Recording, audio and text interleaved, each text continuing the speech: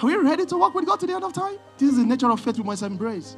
You're here, and all you're doing is negotiating mockings. You don't want to say things that will offend people. You don't want to speak the truth because they won't accept you in their cycle. Faith will require that you endure mockings and what? Scourging. Faith may require, Paul, that you be in chains to speak to kings. That is faith, not as a free man. Because as a free man, Paul would not have had access to kings. So sometimes imprisonment, scourgings, chains. Some of them were spawned. They were sown in two. They were tempted. They were slain with a sword.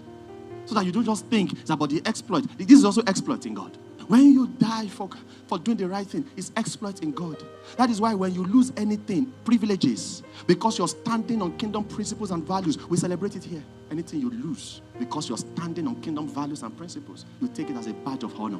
That's exploit. That's how heaven sees it. Heaven does not see it as a loss. Heaven sees it as a gain. No palace enjoyment, no luxury stuff. I'm not saying luxury is not good, but I'm saying that is not the definition of your faith. Some of them, for the sake of their faith, they were destitute. Not because they chose to be poor, but because their faith required them to be poor. They chose that poverty. Did you know the missionaries that came to Africa? Some of these missionaries were doing very fine in their home countries. They chose mosquito ridden Africa because of faith in this same gospel.